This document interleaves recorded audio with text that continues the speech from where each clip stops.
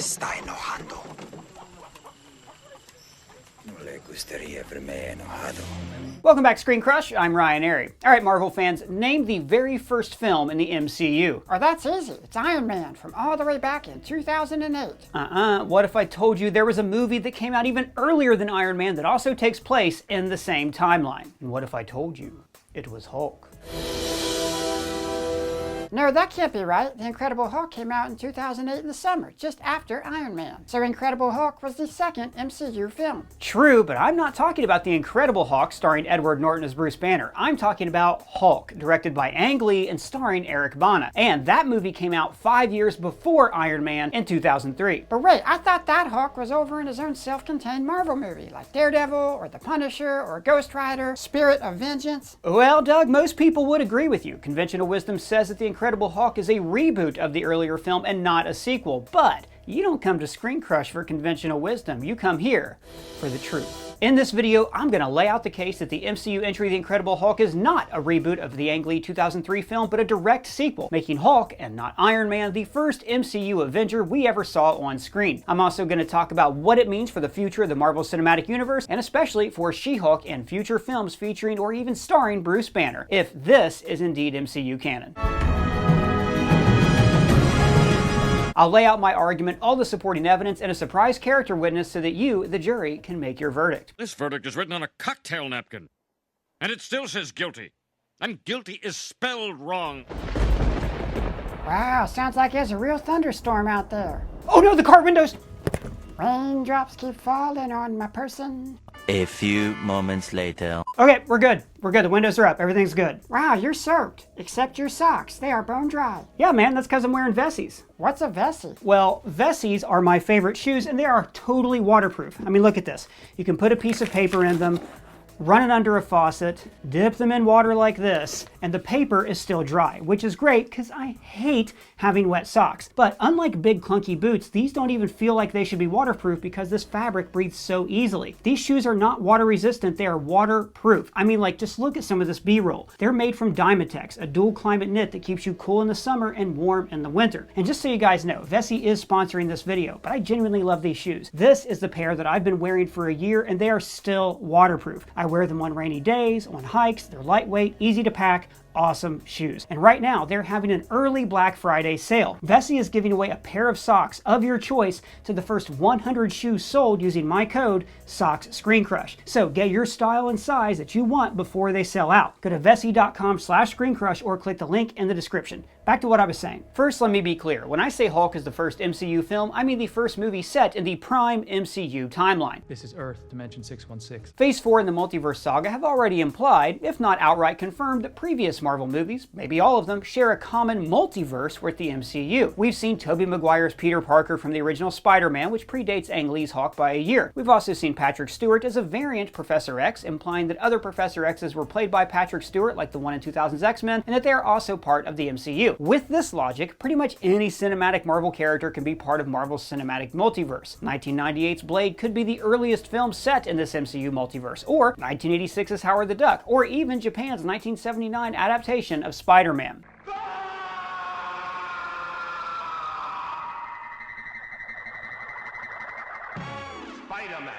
But with Ang Lee's Hulk, I'm specifically talking about the main timeline, the home of Robert Downey Jr.'s Tony Stark, Scarlett Johansson's Black Widow, and Patty Guggenheim's Madison with one Y. But it's not where you think. Eric Bana's version of Bruce Banner is not a variant at all, though. It's the same guy that we've been following all along. I'm also arguing that Hulk is the first MCU film to come out chronologically in our timeline, not the first one set in their timeline. Captain Marvel and Captain America are both earlier in that sense. The crux of the argument is simple. Very little in the Incredible Hulk conflicts with what we know from Ang Lee's Hulk. And we're going to go into why what does seem to conflict actually doesn't. It's not subtle either. In a lot of ways, the Ed Norton film is an overt sequel. It skips Hulk's origin story, and it literally begins where the 2003 film ended. This isn't a coincidence either. Original drafts of the screenplay for The Incredible Hulk began as a direct sequel, set to come 2 years after the original, with Ang Lee and Eric Bana returning. By the time Kevin Feige conceived the MCU and started putting together Phase 1, the script for The Incredible Hulk had gone through several subtle changes. But even producer Galen Hurd told Collider that it still roughly follows the story of the first film, calling it a requel, part reboot, part sequel. It's clear even the filmmakers weren't exactly sure what they were making, and the end result, 2008's The Incredible Hulk, ends up following Ang Lee's film so neatly that calling it a requel isn't even necessary. It's all sequel, baby.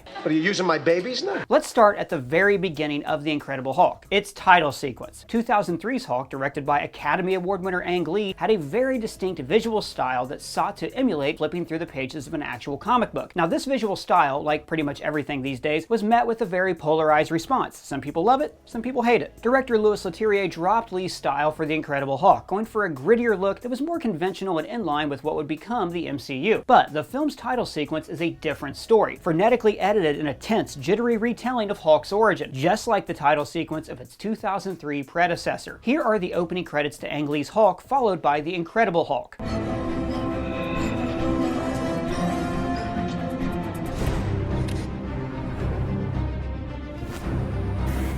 Both sequences are evocative of just how unstable the mad science, and ultimately Banner's DNA, are in these films. Even the film scores here are similar. Craig Armstrong creates a new, more action-based theme for the Hulk in the 2008 film, but the music, especially in the opening sequence, seems to directly call back Danny Elfman's meditative yet haunting and ominous score for Ang Lee's Hulk.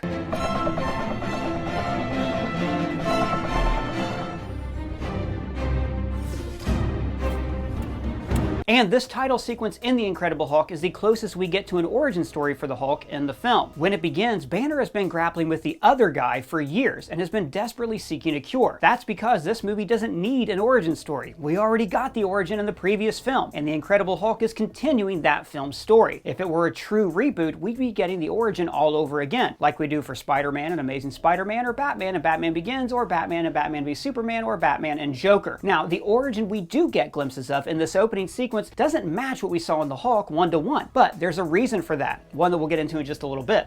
For now, let's move on past the opening titles to the very first scene in The Incredible Hulk, where Bruce Banner is hiding in South America. Call me Mint Jelly, 'cause I'm on the lam! Specifically, he's hiding from S.H.I.E.L.D. and General Thunderbolt Ross. It's implied, especially in his reunion with Betty Ross, that he escaped the country and headed south of the border after his initial rampage as the Hulk, shortly after his first transformation. That is, it's not like he's had several adventures as Hulk. Basically, after his initial origin, he disappeared until the events of this movie. The film even stresses this with a days without incident graphic. This tracks perfectly with where we left off at the end of the first Hulk film. That movie is very much a typical superhero origin story, with the first half dedicated to how Bruce Banner becomes the Hulk, and the second half dealing with his earliest conflicts in the initial days after his first transformation. Those conflicts involved him fighting General Ross's troops and evading their capture. After a climactic battle with his first supervillain, Banner disappears south of the border. The very last scene of the film shows Banner hiding in the Amazon jungle, implying that he's staying off the radar and helping regular folk where he can, just like the Banner of the hit 1970s Incredible Hulk series that was heavily inspired Ed Norton's film. Está enojando. No le gustaría verme enojado. That is where 2003's Hulk leaves off, and when we see Banner again in The Incredible Hulk, he's still living and hiding near the Amazon, this time in Brazil. He was speaking Spanish at the end of the first film, not Portuguese, so he likely wasn't in Brazil yet, but he's still making his way south. But the 2008 film shows that, as the Hulk, he can travel hundreds of miles in a single night, leaving Brazil and ending up in Guatemala just hours later. ¿Dónde estoy? In Guatemala. He's also speaking Spanish in this scene, which shows that, like Eric Bana's character, Edward Norton's Banner has also spent some time in the Spanish-speaking parts of Latin America. Before he leaves Brazil, we see Banner working at a factory where he's clearly been there for some time, at least long enough for some light romantic tension and for his boss to rely on his technical expertise from time to time. That's because, we find out later, Banner has been on the run ever since his initial smash fest as the Hulk for 5 years. That amount of time, 5 years, is confirmed in the film. He made it 5 years and got across borders without making any mistakes. He's not going to use a damn credit card now. And it's even more evidence that Ang Lee's Hulk is part of the MCU. As mentioned before, Hulk came out in 2003, exactly 5 years before The Incredible Hulk in 2008. In general, the MCU's timeline moves forward in real time along with our actual timeline here in the real world. So the events depicted in The Avengers, which came out in 2012, depicts the Battle of New York, which also happened in Earth 616's is 2012. It's 2 years later in the MCU, 2014, when S.H.I.E.L.D. falls in the Winter Soldier, and the Battle of Sokovia is a year later in 2015, the same year Age of Ultron was released. For the most part, the MCU progresses along with the real world.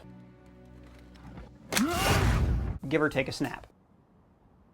Okay, we don't have time for the whole thing, but given that the Incredible Hulk specifically mentions it's been 5 years since Banner became the Hulk, and Ang Lee's Hulk origin film was released 5 years earlier, it's a pretty clear clue that these two films are set in the same timeline. And during those 5 years, Ross has been coming up with plans to recapture the Hulk, in conjunction with both S.H.I.E.L.D. and Stark Industries, who developed the sonic cannons to incapacitate the Hulk. Ross already knows that conventional weapons are ineffective against the Hulk because he threw everything he had at him in Hulk's initial escape in the previous film, which depicts an exhilarating extended chase sequence through the desert. That's why he comes prepared early in the next film with highly trained mercenaries, including one with a little kick, Emil Blonsky.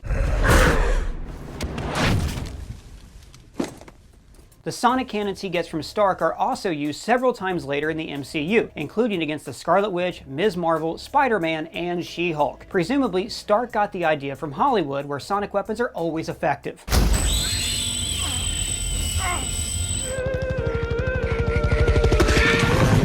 That noise! Where is that noise? It's traveling up my spine into my brain. The sonic tech was likely commissioned and developed after studying Banner's initial escape and learning that Hulk can't be stopped with standard weapons like bombs and tanks. Much like Keith Richards, he can't be killed with conventional weapons. Now, during this time, Tony Stark probably learned that the Hulk persona can be induced by electric shock from the experiments performed on Banner in the earlier film. This is why he uses a taser to try to provoke the Hulk years later in the Avengers. Ow! Hey!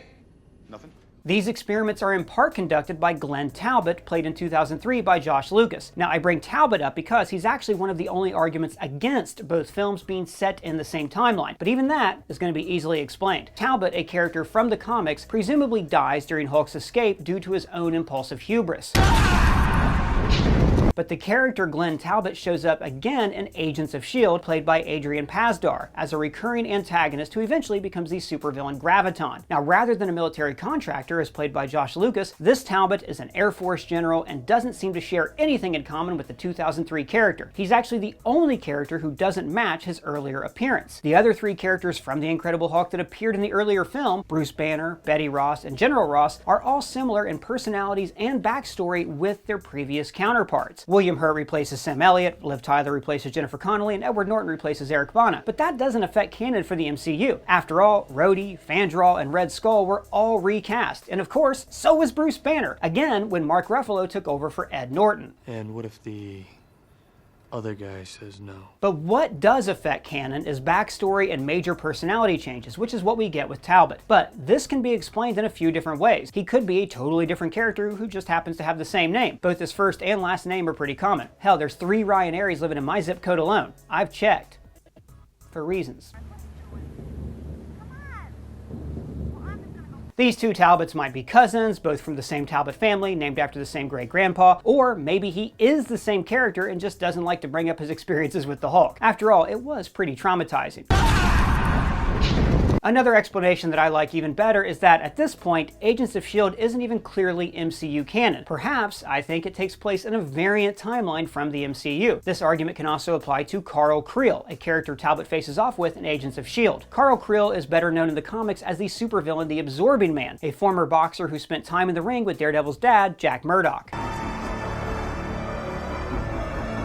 In Agents of S.H.I.E.L.D., he gets his powers after being experimented on by Baron von Strucker. Absorbing Man is also the supervillain that Bruce fights in Ang Lee's Hulk, except in that film, it's not Carl Creel at all, but it's Bruce Banner's father, David Banner, played by Nick Nolte. David Banner is obviously not Carl Creel, but even if Agents of S.H.I.E.L.D. is canon, this doesn't really make Ang Lee's Hulk conflict with the MCU. Many characters in the MCU have similar superpowered skill sets, and Bruce's dad is never actually called the Absorbing Man. David Banner is also involved with the only other canonical appearance between these two movies, Hulk's origin. In Ang Lee's movie, David Banner is a geneticist in the 1970s trying to enhance human DNA for regenerative properties for a program being run by Thunderbolt Ross. He experiments on himself and passes the mutated DNA to his son Bruce before Ross fires him. Seeking revenge, David Banner triggers a gamma bomb at the base and traumatizes young Bruce after trying to kill him, but killing Bruce's mother instead. Years later, when Bruce is a scientist at Berkeley, his dormant Hulk powers are unleashed after a gamma accident in the lab. The origin story we see for Ed Norton's Hulk is a little different. His father is never mentioned, and he doesn't become Hulk from an accident, but rather while experimenting on himself, presumably in Virginia, not Berkeley, where he reunites with Betty later in the film. But honestly, these origin stories are more similar than they are different. In both instances, Ross is overseeing a project to create better soldiers. In The Incredible Hulk, Ross specifically cites the Super Soldier program that created Captain America decades earlier, but it's likely that he was throwing everything at the wall, including working with David Banner and the Starfish DNA in the 1970s. And it's only implied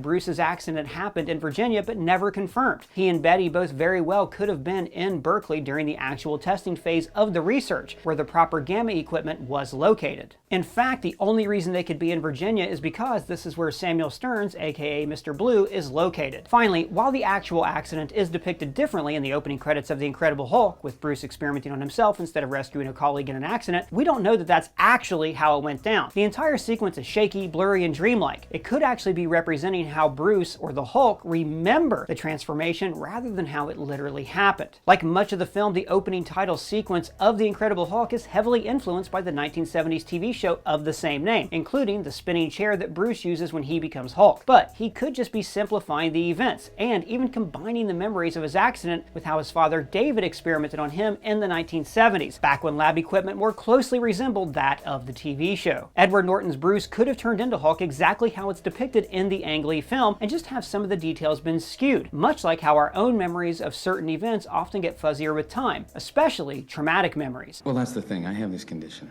A condition? It's my memory. As for why he or Mark Ruffalo's Bruce never mentioned their supervillain dad later on, well look, he's already repressed his traumatic childhood. Why not repress fighting your father when he was a giant energy cloud while you're at it? And also, no one in the movies ever asked Bruce about his family, or anything about himself, really. You're just using me to get to the Hulk. What? It's gross. What? No. You don't care about me. You're not my friend. No. If these are the strongest arguments of why Norton and Ruffalo's Banner are the same as Eric Bana's Banner, then it seems more likely than not that The Incredible Hulk is a direct sequel to Ang Lee's Hulk, making that film the first theatrical MCU entry. And if that's the case, what does it mean for the future of the MCU? Well, for one thing, it means that the return of Nick Nolte's Absorbing Man could happen. Phase 4 of the MCU has not been shy about bringing back long dormant characters from over a decade ago. Sam Rockwell's Justin Hammer, last seen in 2010, is set to reprise his role in the upcoming Armor Wars. Tim Blake Nelson's Samuel Stearns, aka the Leader, is going to star in Captain America: New World Order, 15 years after his appearance in The Incredible Hulk, the film that also gave us prodigal characters Thunderbolt Ross and Emil Blonsky. And since Kevin Feige seems to love bringing back Hulk villains, it makes sense that we'll see Absorbing Man show up to battle Hulk, She-Hulk, or both, possibly in a World War Hulk film. Maybe he'll even bring his dogs. Man, I just love those dogs. I don't care what anybody says. Yeah, they're okay. They're empowering. Yeah, they are. High five. Another possibility is Marvel finally introducing the Grey Hulk, which was originally going to be the plot for the first sequel to Ang Lee's film before it was retooled into the Edward Norton film. The Grey Hulk is a separate personality from the Green Savage Hulk. To Banner, he's the other guy, one who is smarter and more cunning. Grey Hulk is also less ethical, letting Banner do not so nice things that he wouldn't otherwise do. He's even worked in Las Vegas as a mob enforcer named Joe Fixit. The split personality of Grey Hulk is more in line with Eric Bana's Banner, and if his version is canon, we might eventually see Grey Hulk perhaps teaming up with that other monotone hero with a dissociative identity disorder, Moon Knight. Alright, do it. Take control. For now. If Grey Hulk does make his MCU debut, we can also expect other manifestations of Banner's personality at some point, like Guilt Hulk and Devil Hulk. Any of this would be welcome and a lot of fun. All the more reason to hope that Ang Lee's Hulk is indeed MCU canon. And finally, to rest my case, I have one last surprise character witness, the Hulk himself. And I do think you will see this whole thing in a totally different light after hearing from him. In a hilarious yet insightful fake op-ed published by The Onion way back in 2004, the Hulk directly asked readers why his film wasn't getting a sequel. The article is called Why No One Wants to Make Hulk 2, and in it, Hulk lays out his case for why Ang Lee's film, though flawed, should be appreciated for its artful, unique take on the superhero genre. In the piece, Hulk writes, "Sure, conflict would father stray from original story, but it provide new twist on classic legend, necessary to increase dramatic tension. And maybe panels on screen gimmicky, but him try something new. When last time you try something new?" Yeah, when was the last time that you try something new? I highly recommend everyone check out this fun piece, still on the Onion site after all these years. The Hulk who wrote that piece would be very happy to hear that his suggestion that the Leader and the Abomination be used as sequel villains actually came to pass in 2008's The Incredible Hulk, and continue to appear in the MCU to this day. It's only a matter of time before Nick Nolte's Absorbing Man is brought back into the fold too. Until then, he'll just have to take a seat.